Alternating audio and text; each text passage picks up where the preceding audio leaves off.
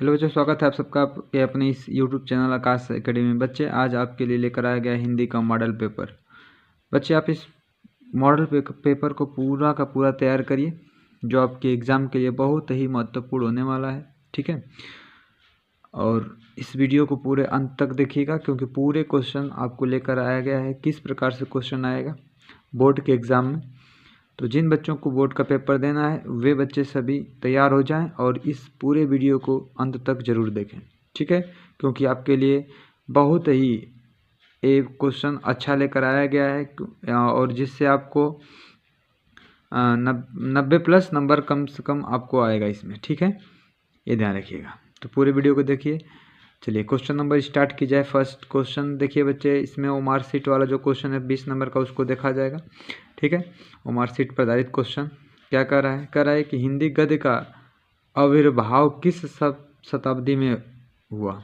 ठीक है, तो ये 19वीं शताब्दी में आया। ठीक है ना, ये ध्यान रखिएगा। दूसरा, श्रृंगार रस मंडन रचना के लेखक कौन है? तो इसमें गोस्वामी विठलनाथ है। ठीक है, इसी बाद क्वेश्चन नंबर 3 करा, अमीर खुसरो की रचना का नाम है। अमीर खुसरो की रचना का नाम क्या है बच्चे? तो इसमें अगर देखा जाए तो यह है पहली मुकरिया। ठीक है, यानी ऑप्शन नंबर डी सही है। इसके बाद क्वेश्चन नंबर 4 देखा जाए, राम वृक्ष बेनीपुरी किस निबंध के लेखक हैं? तो यह जो है गेहूं और गुलाब, ऑप्शन नंबर डी। पूस की रात और कफन कहानियों के लेखक कौन है? तो ये ध्यान रखिएगा, इसके जो लेखक हैं मुंशी प्रेमचंद्र। ठीक है, क्वेश्चन हुआ आपको जो है बच्चे 5। अगला क्वेश्चन देखा जाए। क्वेश्चन नंबर 6 बच्चे कर रहा है, निम्नलिखित कथनों में से कोई एक कथन सही है, उसे पहचान कर लिखिए। ठीक है, तो सबसे अच्छा कथन इसमें जो होगा बच्चे ये वाला सही हो। ठीक है, ये वाला क्या होगा? इसका राइट आंसर होगा। अगला क्वेश्चन, अजात शत्रु किस विधा की रचना है? तो अजात शत्रु किस विधा की रचना है बच्चे? तो यह जो है यह नाटक की रचना है। किसकी है? नाटक। आगे कह रहा है, अंधकार और प्रकाश एकांकी के रचनाकार है। अंधकार और प्रकाश एकांकी के रचनाकार उदय शंकर भट्ट। अगला क्वेश्चन कर रहा है, करुण रस का स्थायी भाव। करुण रस का स्थायी भाव है शोक। ठीक है, आगे क्वेश्चन, चली मनो आंगन कठी ताते राते पाए, पंक्ति में कौन सा अलंकार है? ठीक है, इस पंक्ति में कौन सा अलंकार है बच्चे? तो उत्प्रेक्षा अलंकार है। अगला क्वेश्चन, 4 चरणों में समान मात्राओं वाले छंदों को क्या कहा जाता है? तो सममात्रिक छंद कहा जाता है। निष्कपट शब्द में उपसर्ग है, इसमें कौन सा उपसर्ग होगा? तो इसमें होगा बच्चे निस उपसर्ग होगा। ठीक है, चलिए क्वेश्चन नंबर अगला। क्वेश्चन नंबर 13 बच्चे का रहा है, हाय फूल सी कोमल बच्ची हुई राख की ढेरी, पंक्ति में अलंकार है। इसमें कौन सा अलंकार है? तो यह ध्यान रखिएगा बच्चे, इसमें जो अलंकार है यह उपमा अलंकार है। ठीक है, कौन सा अलंकार है इसमें? उपमा अलंकार है। इसके बाद क्वेश्चन नंबर अगला कर रहा है, धान कोठी में कौन सा समास है? तो धान कोठी में जो समास है यह है तत्पुरुष समास। अगर है कवि शब्द है, कवि शब्द कैसा है बच्चे? तत्सम है। कवि शब्द कैसा है? तत्सम है। अगर गंगा का पर्यायवाची, तो गंगा का मंदाकिनी भागीरथी देवनदी ये सभी क्या है? गंगा के पर्यायवाची। अगर तद सर्वनाम शब्द का तृतीय विभक्ति का एक वचन रूप है, तो क्या हो जाएगा? तेन। ठीक है, यानी 17 का क्या हो जाएगा? बी वाला सही हो जाएगा।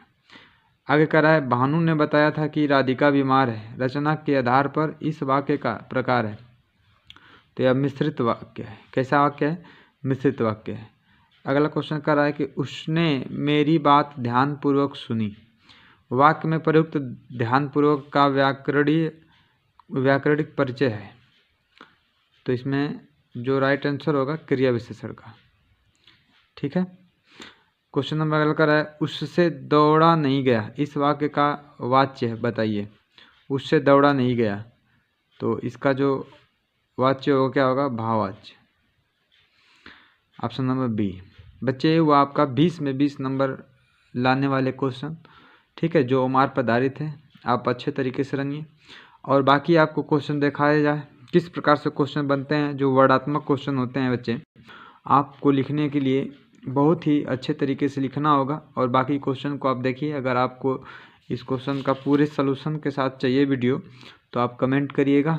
इस पूरे जो इम्पोर्टेंट क्वेश्चनों का जो वीडियो है वो भी मैं आपको प्रोवाइड कराऊंगा, ठीक है। चलिए देखा जाए वर्णात्मक क्वेश्चन को। देखिए बच्चों, वर्णात्मक प्रश्न जो है यहाँ पर, इसमें एक क्वेश्चन देखिए आपको लिखने के लिए इसके बाद एक इसका ख है, ठीक है, अथवा करिए चाहे ए करिए, ठीक है ना। इसके बाद यहाँ पर देखिए अगला क्वेश्चन दे रखा है। फिर इसके बाद ये क्या कर रहा है, इसमें भी जो है इस पर आधारित प्रश्न को उत्तर देना है, गद्यांश दे रखे हैं, ठीक है ना।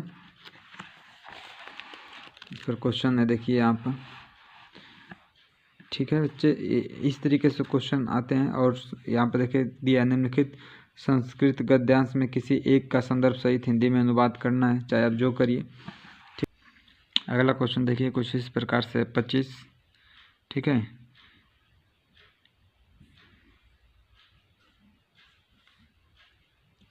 फिर अगला क्वेश्चन है बच्चे, इन सभी क्वेश्चन को आप बहुत ही ध्यान से देखिए, आपको ये बहुत ही इम्पोर्टेंट क्वेश्चन है।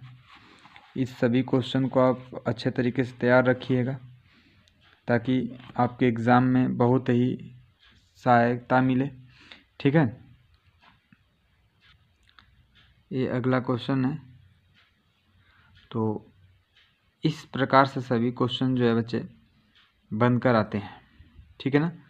तो आप इस सभी क्वेश्चनों को आप तैयार रखिएगा। अगर आप कोई वीडियो अच्छा लगा होगा बच्चे तो आप सभी इस वीडियो को लाइक शेयर सब्सक्राइब करिए, साथ ही साथ बने रहिए हमारे इस यूट्यूब चैनल में। फिर मिलेंगे आपको इसी प्रकार से अगले वीडियो के साथ, तब तक के लिए धन्यवाद।